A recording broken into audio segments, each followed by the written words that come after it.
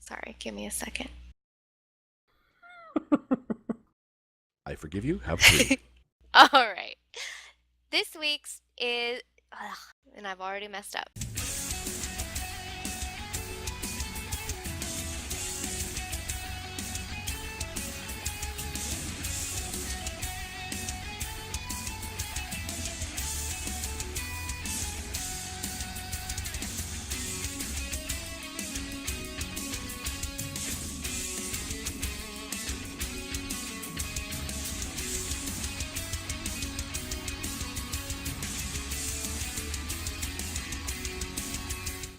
Hey everybody, welcome to Lions Pride Tavern podcast number 72.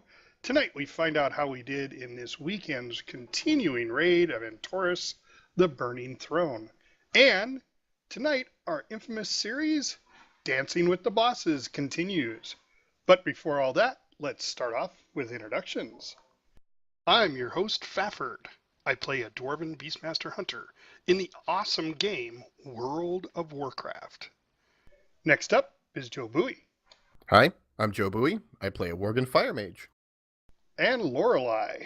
Hi, it's Lorelei, your Night Elf Fury Warrior, but working on the arms. Ooh, thinking of switching, huh? Ooh. Yeah, I'm probably going to switch. I thought you just meant she was like bodybuilding or something. That's Yeah. where I thought she was going with it too. And our take and address up north, Epistle. I'm Epistle. I play a Draenei and sometimes Dwarven Protection Pally. We got a lot of people that don't know what they're playing now. A lot of multiple Sometimes you have to personalities. change it up. And our loving healer, Charity. I'm your Draenei Restoration Shaman. Awesome. How are you guys doing this week? Good. Not bad. Yeah, so. Only played got rid of all Wade. the snow outside. I played way more PvP than I'm used to this week. Oh, wasn't it fun though? Love me some No. PvP. It wasn't. No. Yeah, There that's was- never fun. There was. I had fun in like 3 rounds of PvP that I did, which were I did some rated battlegrounds, and I joined a group that were actually like doing strategies and stuff, and that was fun. See? But they got mad at me though, because I guess I did something wrong in the middle of it. Well, all well. Yeah, but that's okay. I mean, they didn't get that mad at me because I was still like one of their top DPS, so they weren't like, "You're out of here, bucko," they were like, "Dude, we went right to their graveyard," and I'm like, "I don't know where their graveyard's at." I had a few really positive experiences with PvP, but only when it went in with a raid group, so a bunch of friends together. That was a riot, but otherwise, meh. Yeah, all the random battlegrounds I did were That's all I used to do. So. they were With people you horrible. knew. No, I mean, the yes and no. Like, when I first started playing the game, I didn't raid. In vanilla, a little bit of beta, and beginning of Burning Crusade, I was just PvP. I druid healed. So, Interesting. I wouldn't have expected you as a PvP person. yep. I keep There's- surprising you. There's a dark shadow there somewhere. Mm-hmm. Nope, I can't stand PvP. Period. I tried doing a rogue because that was what, I kept getting that whole rogue zip zap zang attack, stun you, kick your ass, kill you, and then move on. And I was like, I'm going to learn how to do that. No, it never worked. Although I did have one moment of like laugh out loud joy in some PvP, which was in a world quest in Stormheim called the Bareback Brawl, where Oh, you so fun.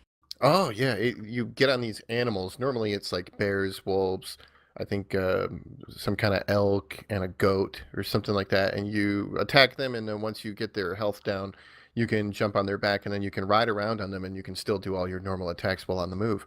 Well, hidden in that area up on top of some of the rocks occasionally is a blue dragon that if you attack it and get it to submit, you can jump on its back, and then you can fly around the zone while still attacking. and like shoot lightning bolts and stuff down at people. Is it breath attack? You bully. And it was amazingly fun. Well, I'm shooting fireballs and stuff from the air, and this feral druid got really mad at me. He called me a wimp and then put me on ignore. That's the only place where I've ever run into problems with other people attacking me. Well, it's a So I tend to free-for-all. leave that one. The other ones, the towers, people actually help you. Yeah, there's 3 of them that are like free for all. With the Murloc one in, I believe that's in Azuna, Yeah, you're right. That one too. and then there's the Black Rook Brawl or something like that, which is there's a little arena there, and all of those are like free for all. So you're fighting against alliance players too. It's just anybody who goes in there can fight anybody else. Yeah, Cool. and you get points for fighting them too. That's why they attack you. Yeah, it helps them get the world quest done quicker. I did Winter Grasp over in Northrend just until I had enough tokens or whatever to get all the PvP mounts that I could get, and then I was done.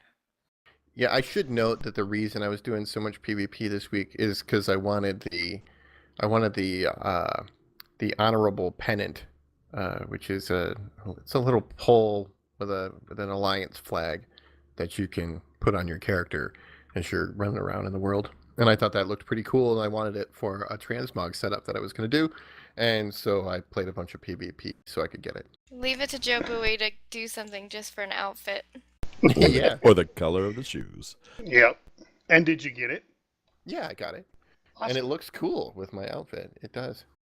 Can And I I just learned point that out? there are some, I guess, like you have to hit Prestige 3 to get the honorable pennant, but then I guess at Prestige 7 or 8, you get another one that's prestigious pennant, and then there's another one beyond that that's the elite pennant, which progressively fancier and nicer looking, I guess, is the difference with those.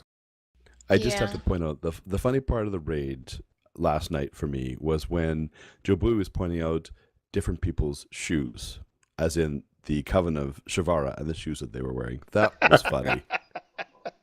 Well, we were And standing around. I didn't have anything else to do. So Well, I now was that you looking at mention it, them. I can just see it every time now. One of them's got heels, the other 2 are flat-footed. Yep. Yeah, I never really looked down that far. We'll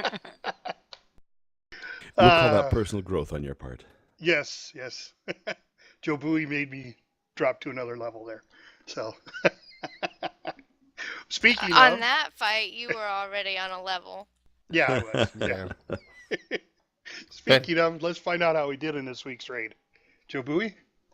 All right. Well, this week was a little rougher than last week. I think that was largely due to the patch, though. People were having some technical issues. They were having issues with sounds coming out of DBM and weak auras and that sort of thing.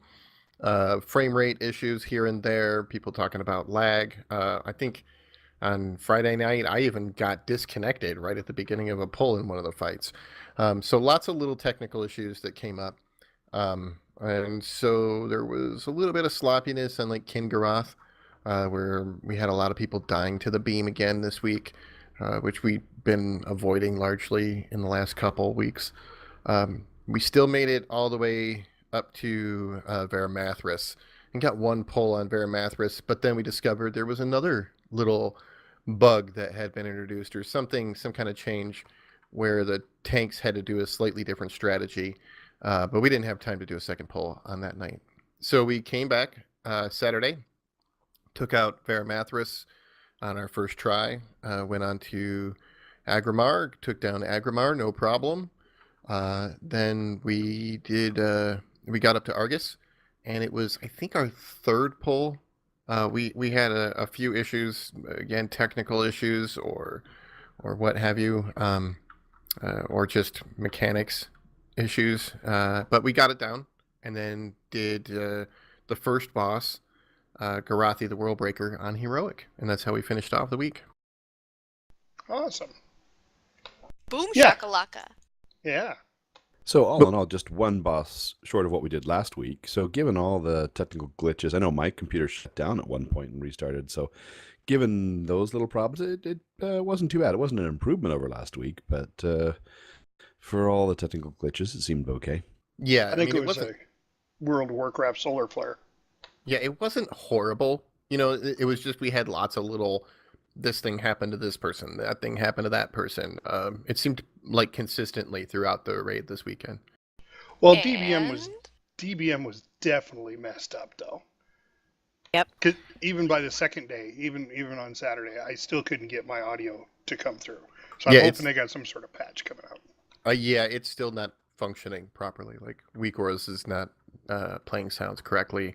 I doubt DBM is yet. I haven't seen anything about a hotfix or a patch for that yet. Well, because on Tuesday they came out with a patch, and it Well, was that pretty was the good big size. patch. That was the big patch, yeah. Yeah, And that was pretty good 735. size. And then 2 days later, there's another one. Not as big, but What was they had scheduled like another 8-hour downtime for that one that came out on Friday. Came out on Friday morning, and the notice said that it was going to be 8 hours or something, but it only ended up being a couple of hours. yeah.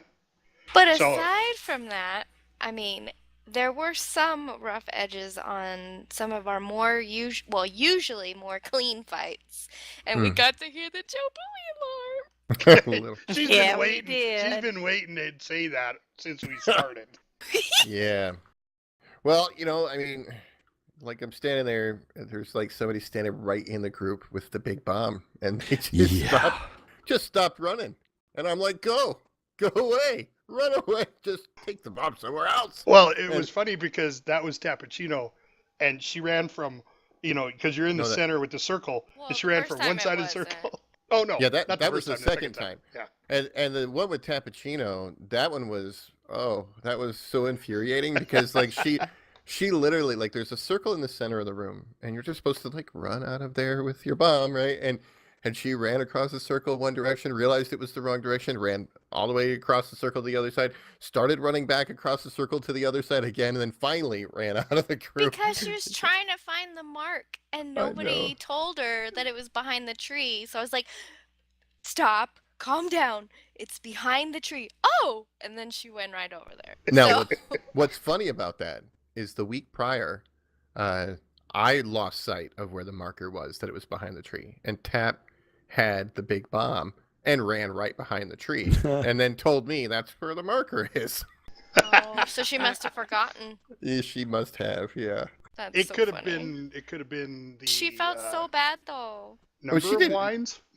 She still got out of there, but she did awesome when she finally got out of there because she turned on her sprint cat form and booked it out of there and did got not there in wipe her. time. Yeah, she made it in time.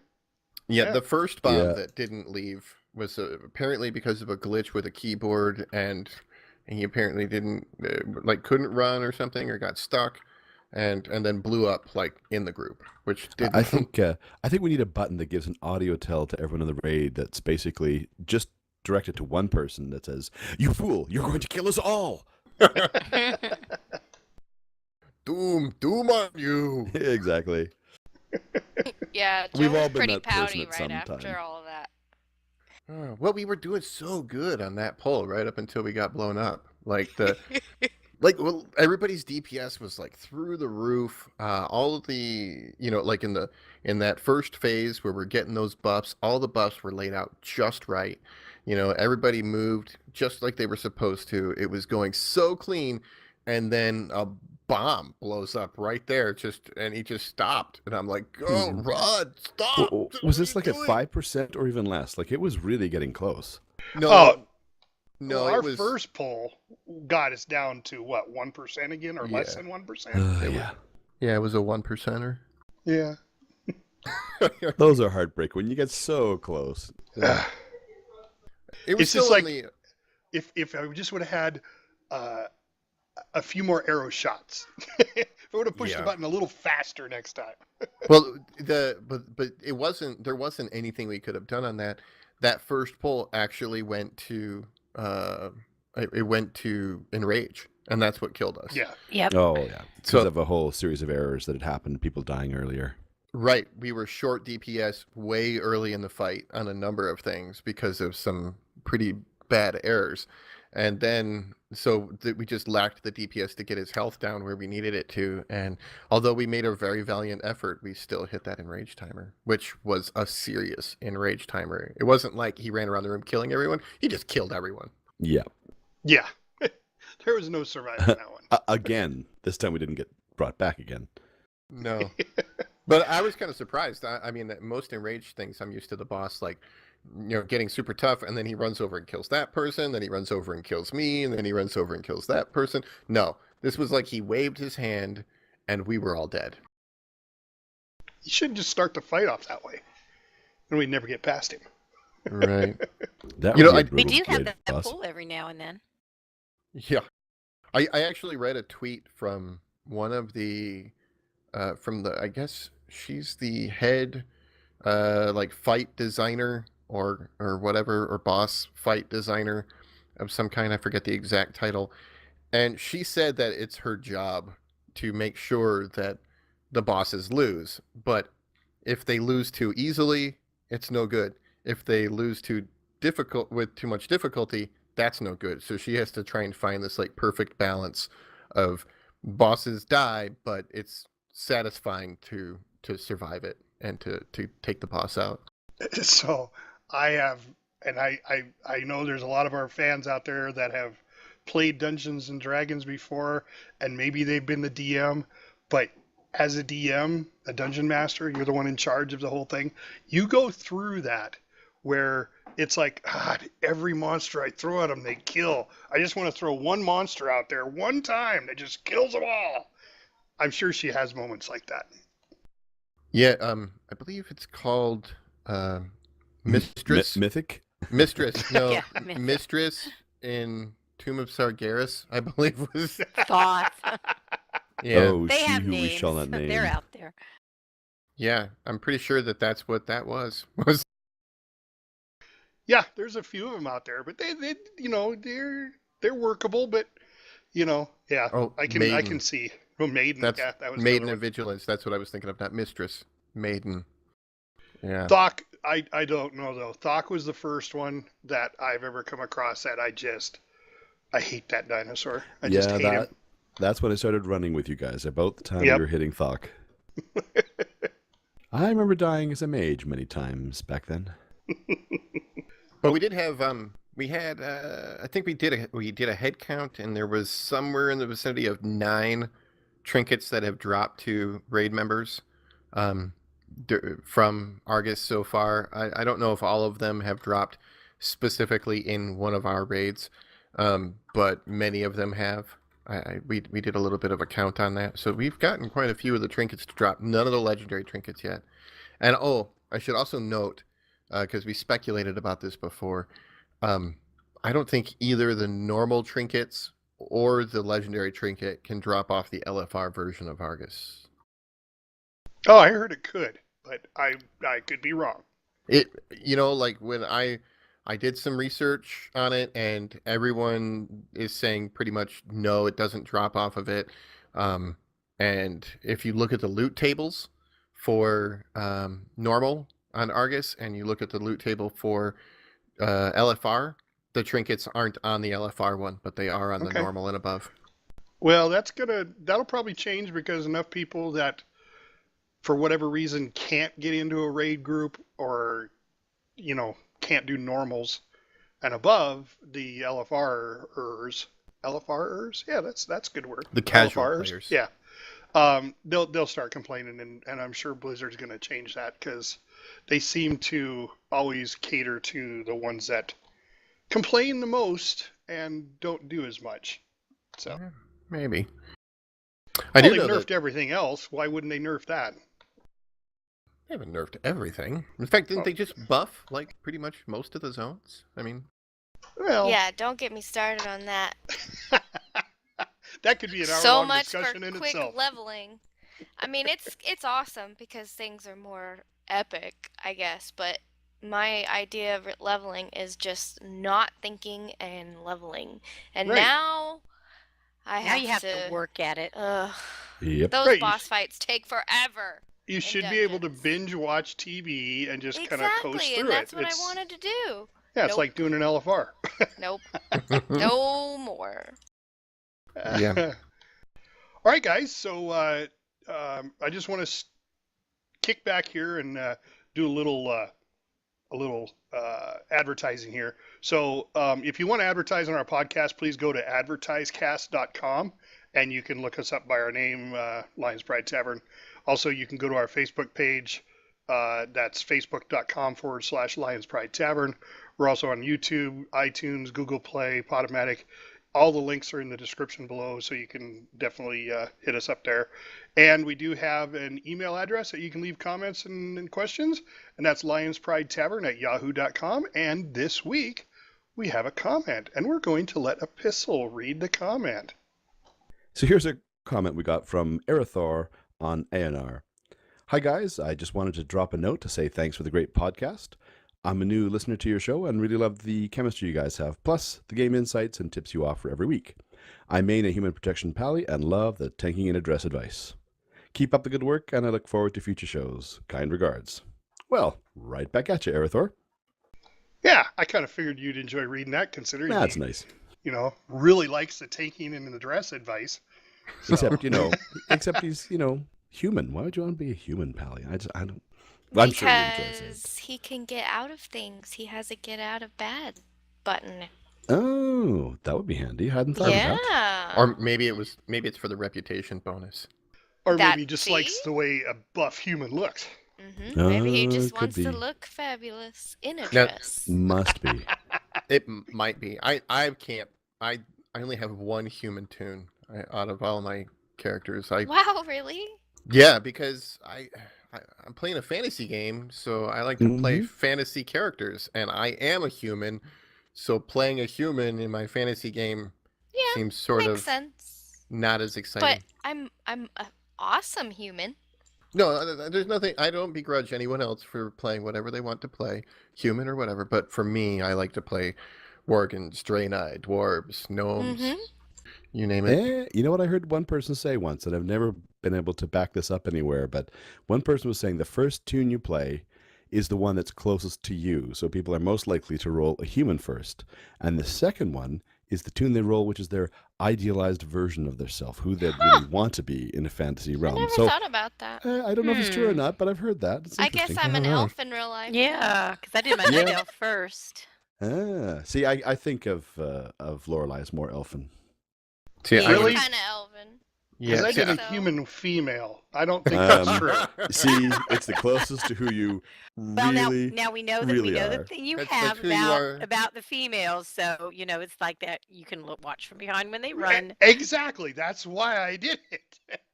And it was fantasy. I didn't want to Uh, play a guy and look at his butt all day. Oh yeah, you used to See, play a that's guy, I have a girl. one human tune, and it's a male tune because I deleted anybody else that I had, and he actually just is now sitting somewhere being my bank tune.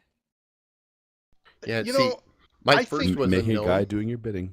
Yep. I was a gnome mage originally. In fact, it was the same character, but he was a gnome mage, and then later I changed it. I paid for a race change to a worgen, like during Cataclysm, I think, because there was a crit bonus from worgens, so I switched to worgen.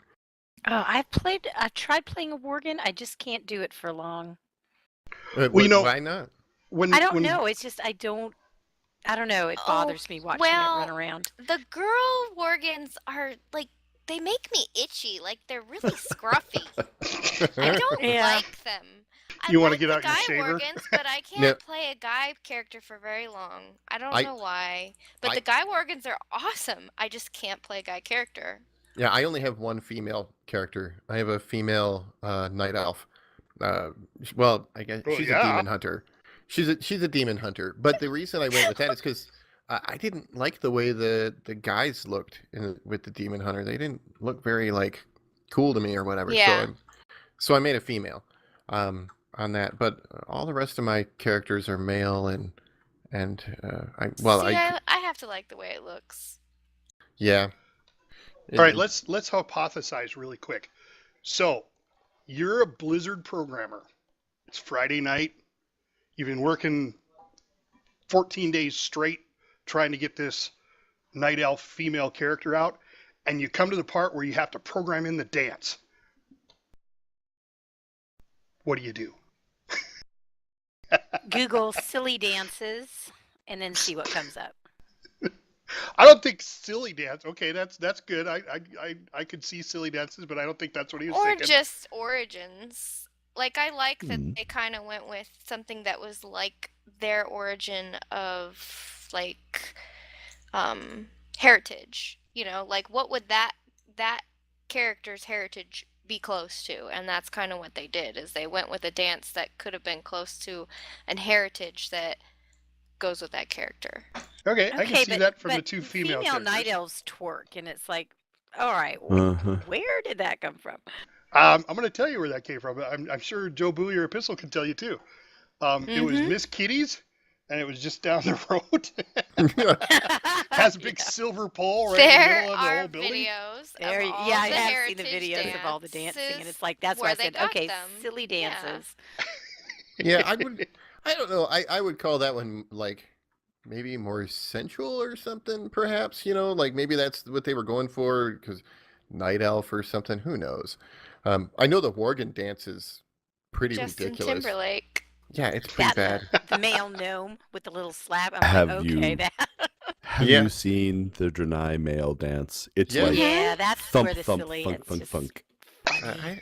Yeah, it's pretty. They're all real whack. dances that either were in videos or from a heritage dance. You can find them. They have the translations on YouTube where you can see the real dance next to the character. You Oh, should really? look it up. It's really We should, cool. link that up on our Facebook page. I wonder That's how We'll they have to do decided that. for Worgens. I mean, what are The they? guy Worgen is the Justin Timberlake dance from his video, and the woman is What does that have to do with Worgens? Lady Nothing. Gaga. Nothing, but it's a popular dance, Did so you they used did it. you hear JoBui's voice? You have ruined Worgen dances. I know. right It's there. like, I will never What's look wrong at that with again. JT? Ugh, And the that's just goblin miserable. is Next raid, I'm bringing my is make you dance Superman. toy. Yeah. Oh, and see, Superman. as- That it's a as- bad So, dance. It's so a bad Shepherd, thing. JoBui's. I don't know if you're noticing this. JoBui's just dying a little bit here. I'm not sure you've Mhm. noticed this. Mm. Oh, but what about single ladies girl goblin dance? That's the But- single ladies dance from Beyonce. You don't know these things? Come on, get No. educated. We don't. You No, know how but to dress but not dance? Worgens have the best roar. I'll say Oh, that much. oh, okay. He's got to get manly for a minute. No, it's really cool. It's What did something I I start? still. Hilarious. It's something I still like about Worgens. Now I that gotta we're breathe. totally off I gotta track. breathe. Anyway, Well, I'm thank thinking you that's for the comments. It was awesome. It's good to know people are listening and enjoying the podcast. So yes, Arathor, we have some chemistry here. It's just a good thing. We can Wee just little talk bit. for hours about nothing. well, no, that's something, because I'm sure Blizzard had to come up with something to cover that guy's butt. Not literally. Like a butt flap? Maybe. Like for a those cloak or a male, tabard. male blood elves. They had to cover those things up. Too funny. All right, guys. Well, we need to move along. Yes, thank you, Arathor, for the comment. Please, anybody else that wants to leave comments, I gave you the email address. Leave them there. Go to our YouTube site. Go to Facebook.com. Leave it anywhere. We'll see it. So Tell JoBui how great JT is. Ooh. we're gonna get a rash of those coming in now. All right, so we need to get on with Dancing with the Bosses, and this week is the Fellhounds of Sargeras. So JoBui is going to start us off with ranged, and it's probably both ranged and melee. We'll let Lorelei talk a little bit about melee, but from each one of our perspectives as a different class, this is what happens in Fellhounds of Sargeras. All right. Well, in Fellhounds, as a range player, we start off kind of in the middle of the room between the two dogs, which are being tanked. One usually kind of behind us, and then one, I usually attack the purple dog. You can attack anyone you want, really, as a ranged player. And for some players, like like for example, like Affliction Warlock, it would be a good idea to attack them both because they share a health pool. My main job is to just hit the boss as hard as I can and stay stacked with the rest of my group, because every now and again there's a debuff that puts a purple circle around players, and that is a sign that players have to stack up to kind of share in the damage that's going out. And if you run off by yourself, it's likely to kill you. But every now and again, I'll start getting some flames on me, which is a little bit difficult to spot being a fire mage, but as long as I'm paying attention, it's different than the other times that I burst into flames. And that I have to run out of the group by myself, and then it will explode doing some area damage.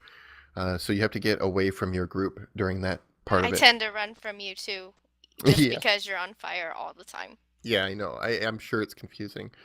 The next thing that I have to pay attention to is every now and again there will be an orb with a circle around it that slowly emanates out from the purple dog and moves across the room, and it has a kind of an attraction thing that kind of pulls you in, sort of like a black hole sort of thing, and you just have to run away from it. A lot of times there I'll use a speed boost thing. Like if I cast Scorch, then I get a little bit of boost to my run speed, or I can blink away. The further you are from it, the less pull it has on you. So I just try and get as far away quickly as I can, and then I kind of let it pull me across the room back towards the middle, which saves me having to move much later, because you can keep casting while it's sliding you across the floor. And beyond that, there isn't really a whole lot else for me to do. There is another beam thing that can come out from the fire dog. Occasionally you can get a debuff on you that it targets you and it puts a line on the floor, and you need to aim that away from your main group, and then the beam will come across the room. The dog will run, like a smaller version of the dog will run across the room, leaving a big flaming trail behind. And basically you just take that out of the group and then head back and stack back up in the middle and keep going until until the dogs go down, and that's pretty much all there is to it. All right. Lorelei from Melee. Yep. Well, we do all those things too. We stack up. I always stay on the purple dog with the other melee, and it's a good idea to stack up with everybody when you get the siphon corruption. That way you can split all the damage. We have to spread out when you get inflamed so that you can blow up by yourself. You don't want to share that explosion. And something that I do, and I think all melee need to pay attention to on that fight, is where you position yourself. So after we've done, I think it's the first inflamed, I move over to the far side of the boss at the edge where the platform is, because we're going to get hit with, what's that called? The consuming sphere. And that's going to suck you in. And if you're standing on the inside of the boss, you can easily get sucked into that without realizing it, because it does tend to show up on the side of the purple boss. So I just make sure that I moved around so that I can see it and get away from it and not take any extra damage from that. So as an up close melee, that's what you have to watch out for, is your positioning. Where are you in relation to where other things are going to happen? Has it gone on the fire dog? I've always seen it come on the purple dog. The purple dog. Yeah. I Okay. don't ever go after the fire dog. Okay, all right. Maybe Melee should switch over to the fire dog. Oh, we'll have to look into that.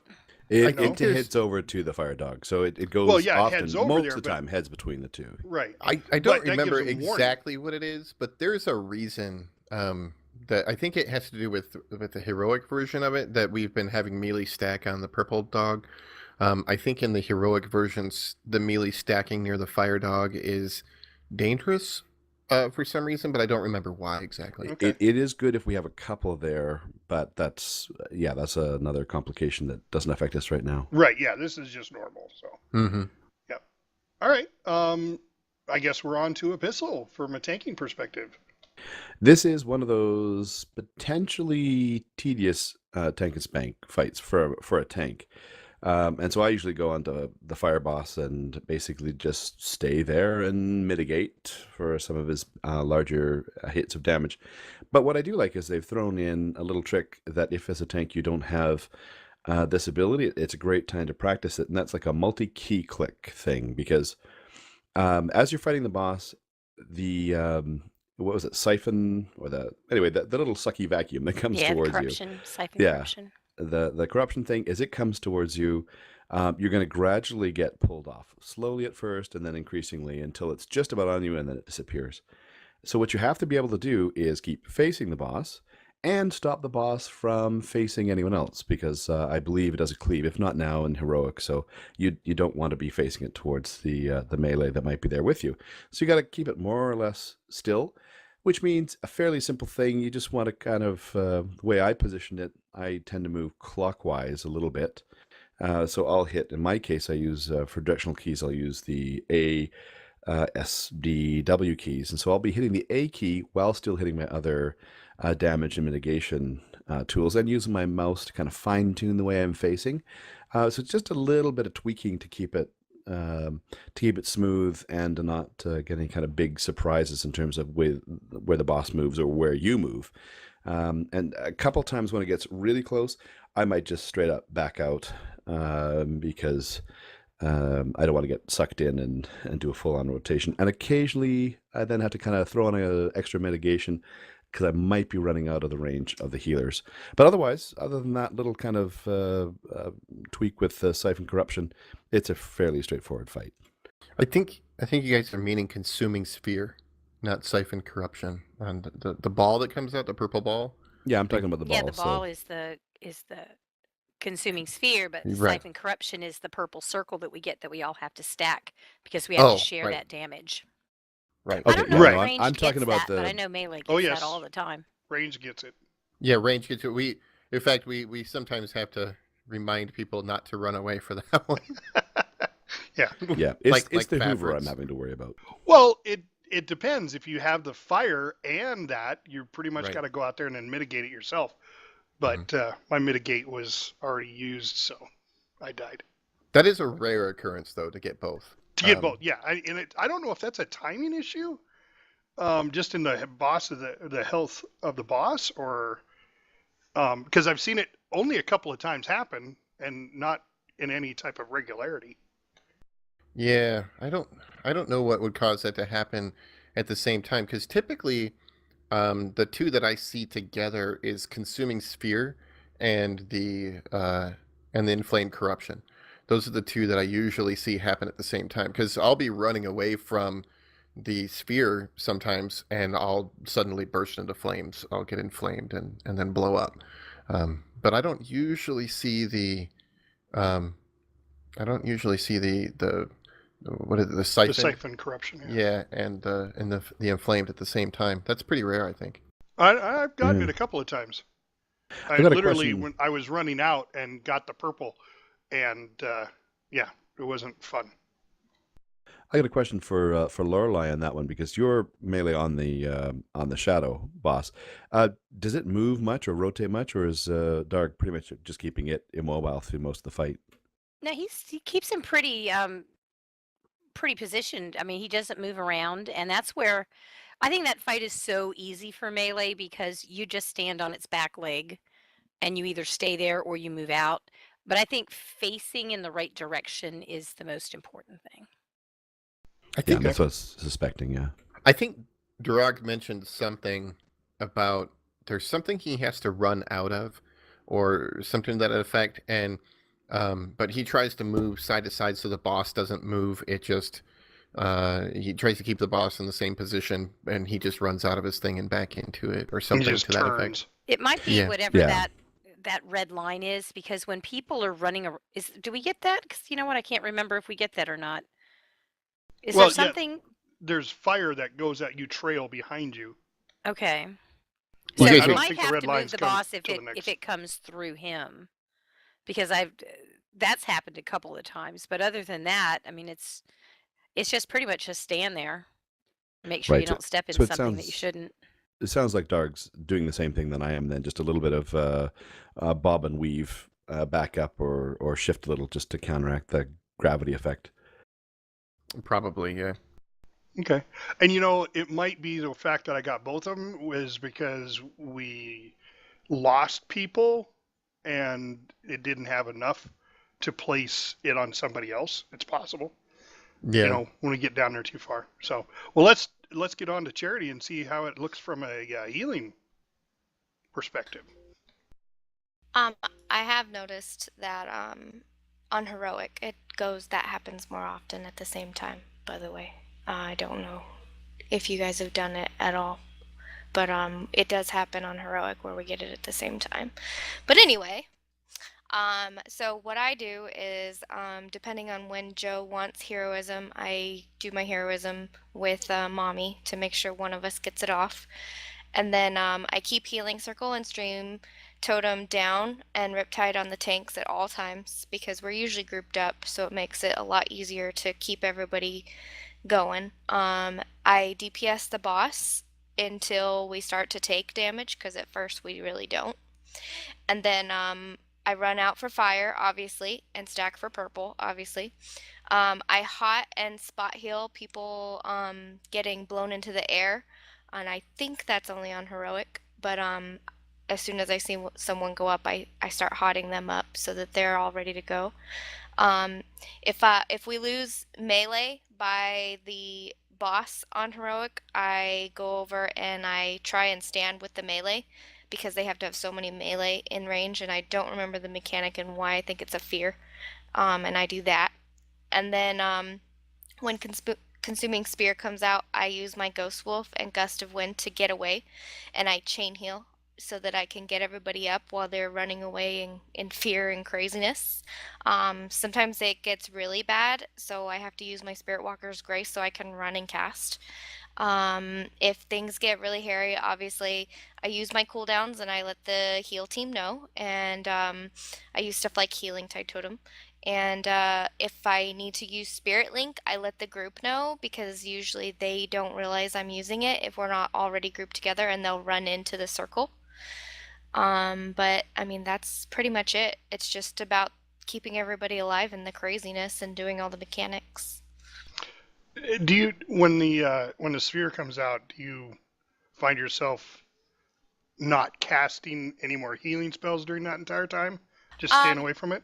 Well, like I said, what I do is I use Gust of Wind and then I wolf as far as I can and then I start casting and then when it gets close again, I do wolf again or I hit Spirit Walker's Grace and run and Okay. cast. So that's the problem though, is sometimes people are getting hit so hard during that and I have to run too, So unless I have Spirit Walker's Grace down or I've gotten my Gust of Wind off in time, I have to run because eventually it catches up to you, and the closer you are to it, the faster it sucks you in, and you're done for after that. It gets really hairy and heroic when the people are being thrown up in the air at the same time. That's the hard part. Yeah. So it sounds like you do something similar to what I do with it, which is try and move far away at the beginning and then let it pull me along. Exactly. As you're casting. Yeah. It kills the downtime. If you're running, you're not casting most of the time. So Yeah. Yeah, it's a shame there's not more hunters. Okay. yeah, Oh, it because must we be don't nice. have 6 or Yeah, we 7 need of 5 them. more of those. Yeah. Yeah, we don't have enough in the raid. Yeah, what do we have? 6 now? I think that's what we had this last week. Yeah. There was 6 hunters. At least there's slightly. I think there's some that are marksmen and some that are beastmasters. So it's not Yes. it's not all the same. All the same. Yeah. And I don't think we have any survival hunters. I think it's just Nope. beastmasters and marksmen. Yep. I You're don't absolutely know a single survival hunter. Like, I don't. I've only ever seen one, and it was like, ooh, a survival hunter in the wild, really? Yeah. He does LFRs. All right. Yeah. I've heard a survival hunter gets really good DPS though. I've heard that, but I don't know it to be true because they're kind of they're like Rare a breed. yeti. No, they're Yeah. like a yeti. They're a unicorn.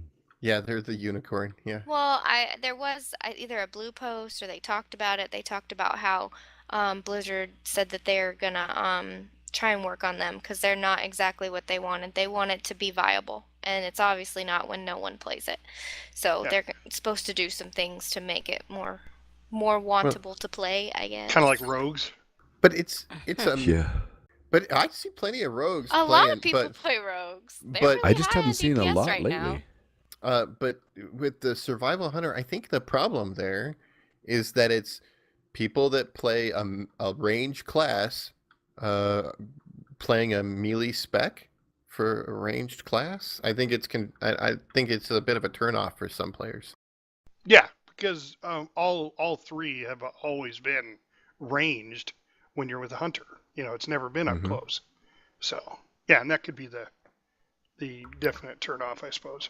You know, if you want to play a rogue or a warrior, yeah, great. Then you're right up front, looking at the boss's knees all the time. I like Like- seeing the whole picture. Like I mean, I suppose it's possible that a melee mage would be fun to play, but I have a hard time thinking about that. Oh, like when they Hey, had I mean, wands. enhancement shamans are great, and they're the in-between. Yeah, Yeah, maybe. they still throw out fun stuff and have neat little, effects. And That's probably it's what just they if were you're going to going be for. a survival hunter and you're going to run up and hit something, why not be a warrior or a paladin and run up and hit something? Yeah, I don't know what the draw is there, really. Well, that's like in BC. I used to make fun of people that played destruction locks because I was like, "You're a mage." Yeah, I bet there is probably a listener out there who plays a survival hunter. Maybe you could tell us Yeah, why let us you like know. playing a survival hunter, because none of us get it. But now they've Enlighten changed the us. locks so much that it isn't like playing a mage at all. But it used to be. I was like, I don't want to play this. It feels like I should just play a mage. Like, Don't even get me started on locks. They nerfed it, and then I lost it. well, they fixed them though recently. Yeah, but it's still not the same. Yeah. We could get into hours and hours of different classes. Class balance is like a whole month's worth of episodes. Yes. I wouldn't want their job Mm, though. Yeah. Trying to do that? Oh no. I don't envy Yeah. them. If you thought raid boss design was tough, that would be. I mean, people always have strong feelings about how come my class is not as high as that one. There's an update and the numbers change. Yeah, it gets. That's why you just have it to play gets what you prickly. like, because Yep. if you don't like it, then it's not going to matter how great a DPS it is. You just have to enjoy it. Play a tank and then you don't have to worry about it at all. Oh my. All right, well, it's time. It's hear the music. It's time for Lorelei's Pet Battle Minute.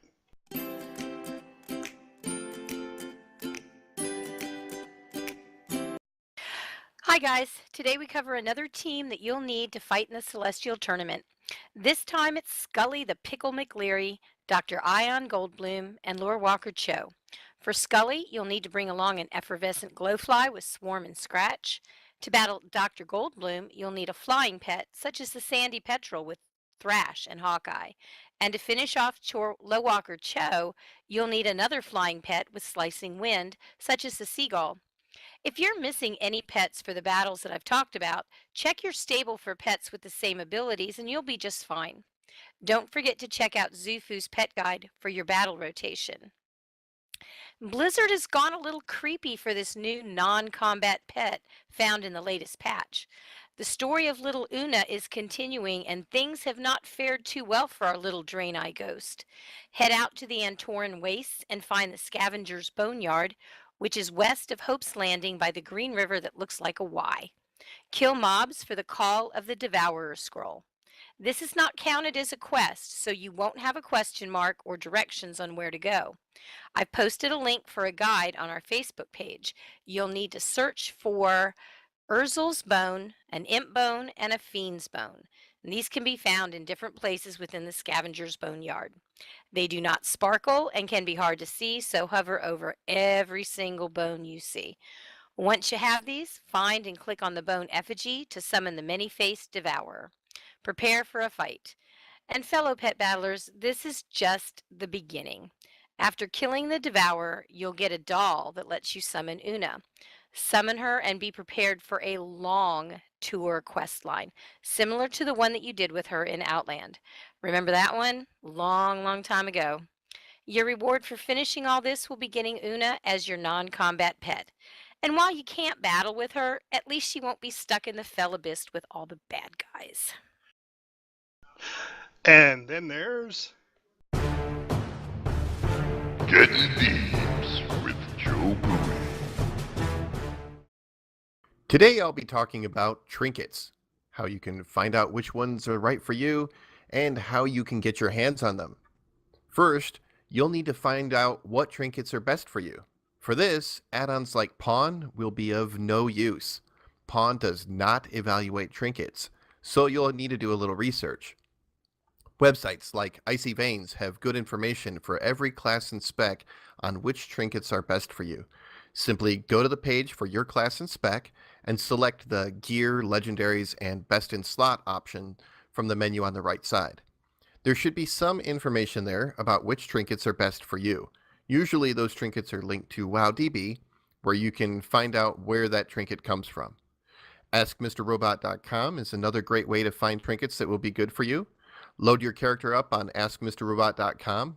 Make sure everything is up to date by using the Armory Update button or by importing your character using the Ask Mr. Robot add-on in WoW. Then click one of your currently equipped trinkets. A list will pop up that will show you various trinkets, where they come from, and a percentage showing you how much of an upgrade or a downgrade they will be for you. While it will show you your other trinket in that list as well, I usually like to close the list for the first trinket, then click my second trinket and see how it compares. It is a good idea to jot down some notes about which trinkets you're interested in and where they drop. This will help you later when you're out raiding and you kill one of the bosses that drop the trinket you're looking for. If it didn't drop for you right away, try a bonus roll. Or if one of your fellow raid members puts one up for roll, you know right away that it is a good trinket for you. Another way to acquire trinkets is through relinquished trinket tokens. They're sold by Thaumaturge Vashreen on the Vindicar above Argus. These tokens will produce a random trinket from a list of 153 trinkets that have a base item level of 910, but it is possible for them to Warforge or Titanforge to much higher item levels. The list of which trinkets can be produced is available if you look up relinquished trinkets or relinquished trinket on wowhead.com. So, find out which trinket you should be looking for, find out where it drops, try your luck to get them, and as always, keep getting those deeps. and our famous tank in a dress. What's wrong with tanking? What's wrong with tanking? What's wrong with tanking in a dress? What's wrong with tanking? What's wrong with tanking? What's wrong with tanking in a dress? This week's Come At Me a Tanking Minute is Run For It! When to use your speed boosts.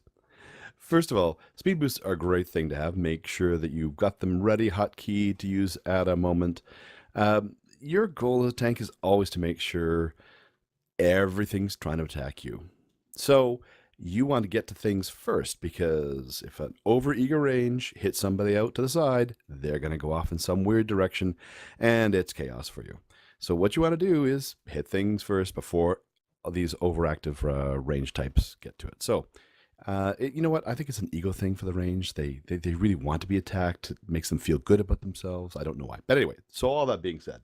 So as a tank, you want to get in there first. So you got a range ready to shoot, but what do? You charge, you pull the mobs in, whichever it is, get them going first. Now, here's a little pro tip, though. If you haven't thought about this and pulling mobs before, it's worth considering. Make sure if you're going to charge in somewhere, you're charging at the melee, and if you have any kind of ranged grip or throw, you want to aim that at the range. I've been using that actually quite a bit in our raid to great effect, because there's several times you have 2 melee mobs, 3 range mobs, and I throw a shield at the ones who are farther off just as they start to cast after I've charged the melee, and it's a great way to get them all coming to you, interrupt their spells. Easier for the melee to damage them as well. Bit of a trick, bit of a timing thing, but kind of fun. Helps if you get there first, of course, so that's where the charge can be helpful. You want to be using your speed boost all the time, though, in terms of trash and in sort of dungeons that you might be doing. Also, because you're setting the pace, so it's always helpful to be upfront, keep moving. People know they kind of have to run to keep up, and there's a good pace going.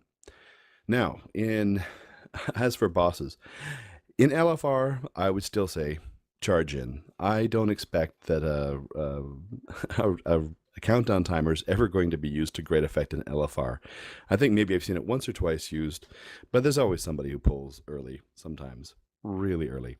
So if I'm in an LFR, I just charge on in and keep ahead of everybody, pulling the boss right away. Now, on our regular raid nights, though, with a disciplined group who uses the countdown timers, I will save those speed boosts for a variety of other things in the fight, and often fight specific. You start to develop a plan as a tank.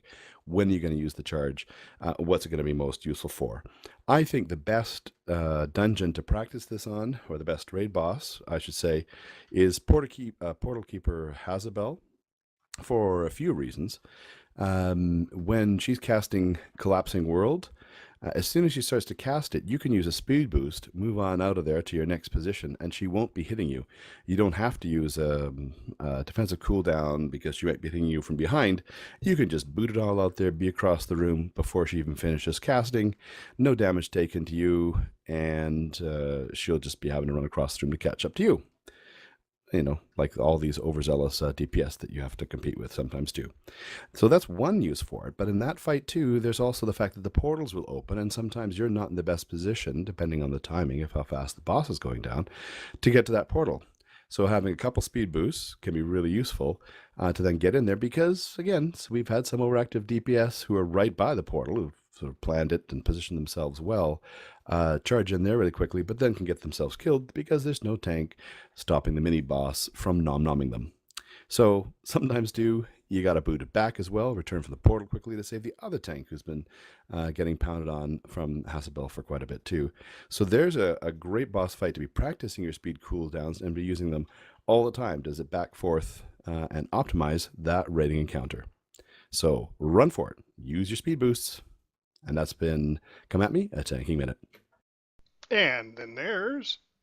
Baby, you got the heals. Now heal and don't die, die, die, die. Heal and don't die, die, die, die. This week's Splash into Heals is all about Restoration Druids. Restoration Druids are the masters of heal over time, or HOTS for short, and utility. This means they are amazing at PvP healing. They can heal on the move and get the entire group a cushion for incoming damage. Just hot up your peeps and use some roots and typhoon on those baddies. Due to many specs Druids can be, they have so many tricks up their sleeve to get them and their group out of trouble.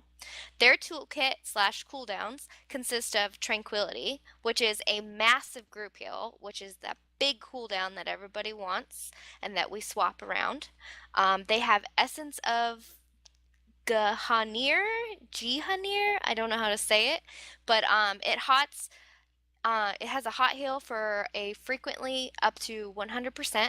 It's supposed to be a really great cooldown. I usually don't use it when I'm playing my druid, but I've heard great things about it. Cenarian Ward, which is a shield, and Tappuccino told me that her favorite is Flourish. That extends the hots in the area for 6 seconds. That's their cooldown toolkit. There are probably a lot more. And then utility is Bark Skin, which is a self-shield, and then Iron Bark, which is a shield for the group. Entangling Roots, or Mass Entanglement, which is pretty cool because it slows or CCs the group. There is Dash and Displacer Beast, which is a self movement, and then we have Wild Charge, which is that great thing that all of a sudden everybody's running really fast in the group. And you hear the roar. That's Wild Charge, and Druids use that so that they can get the whole group running. I think one of my favorite things about Druid healing is they have a combat res.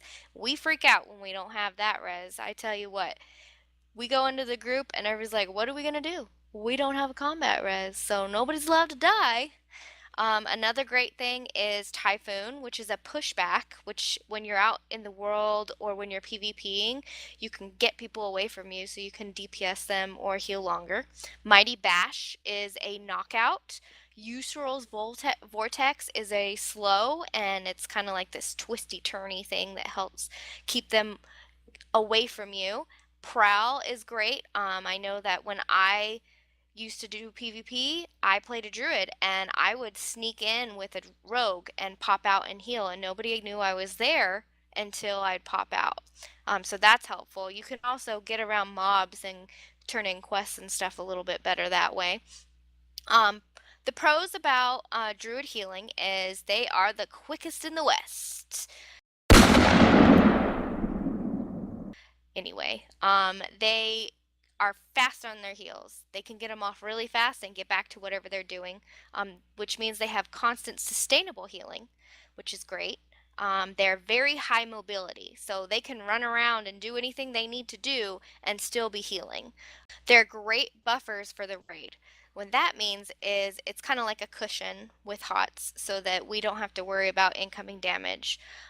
They can do ranged or melee attacks depending on their choice. They are reasonable for damage in groups or in single target groups. And in my opinion, anyway, they are the best for PvP because they can heal and still be on the move and do other things. Cons. They are limited on overtime healing. So because they put on a hot, they use a lot of mana to do the large heals. So they're a little more limited for big incoming damage. They are known to do a lot of overhealing, and it's not their fault. It's mostly because they have to keep hots up constantly to make sure they get that heal over time in case something does happen. And if nothing happens, the heal's going to go off anyway, and it's going to look like overhealing. Another thing is they're not, like I said, great single target healing, so they're not the best at boss healing. But, I mean, leave it to our druids. As far as I know, they are doing great at tank healing. It just takes a little more work. And they have to prepare for damage in the beginning instead of just trying to get the heal off, because they have to know what's coming so that it goes off at the right time. I hope this guide helps you understand the druids, and I hope that you give them a try for yourself. For any more questions, feel free to email me at lovesweetcharity@gmail.com or tweet me at lovesweetcharity. Tune in next week for the Holy Priest, and that's the Splash into Heals. And then there's... It's WFN News, Warcraft Stafford News. Command Center is up next, again at the Broken Shores, with Forces of the Order and Well Prepared. The weekly event is Burning Crusades Time Walking. Get out there and get those dungeons done. Tokens pretty much stayed where they're at. They're 166, which is a couple thousand less than last week. The cool thing going on right now, and it's only for basically today and tomorrow, is Call of the Scarab. If you haven't done it, get out there and do it. It's on your calendar. Just go click it and it'll show you what you can do. You go out there. It's kind of a reminiscing the past type thing. So get out there and do the Call of the Scarab. It's only on for 3 days. Started Sunday. So, all right, guys. We've reached our time. I want to thank you and everybody for listening. And I want to thank Charm for her beautiful music. Please go visit her website and her YouTube channels. Links are in the description below. BenSound at bensound.com. Vincent Moretto for our lovely tavern metal music. And thanks, guys, for coming this week. It's been a lot of fun. Yep. Pleasure as you. always. Always fun with us. And we'll see y'all next week. You can say goodbye. Bye. Bye! I can say goodbye. Bye.